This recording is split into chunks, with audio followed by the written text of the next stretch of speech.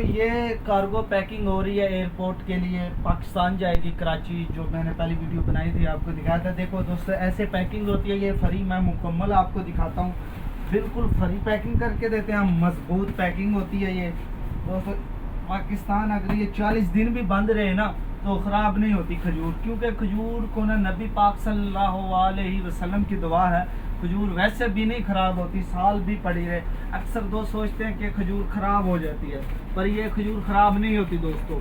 देखो ऐसी पैकिंग करके देते हैं, मुकम्मल पैकिंग होगी फ्री में। देखिए मजबूती से दोस्तों।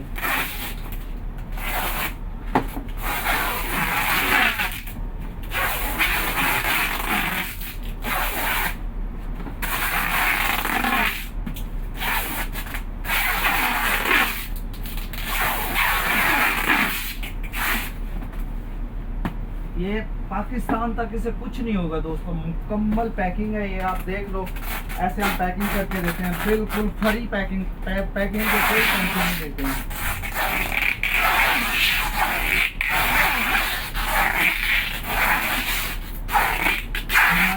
हमारी शॉप का कार्ड भी हम इस पे लगा देते हैं, क्योंकि चेंज ना हो किसी के साथ। ये हमारी शॉप का कार्ड है, कार्ड भी हम इसके साथ लगा देते हैं। नंबर लिखा हुआ मुजम्मिल मेरा ऊपर, क्योंकि अगर वहाँ पर कोई किसी के साथ चेंज हो जाए, गुम हो जाए, वो हमसे रब्ता कर लेते हैं।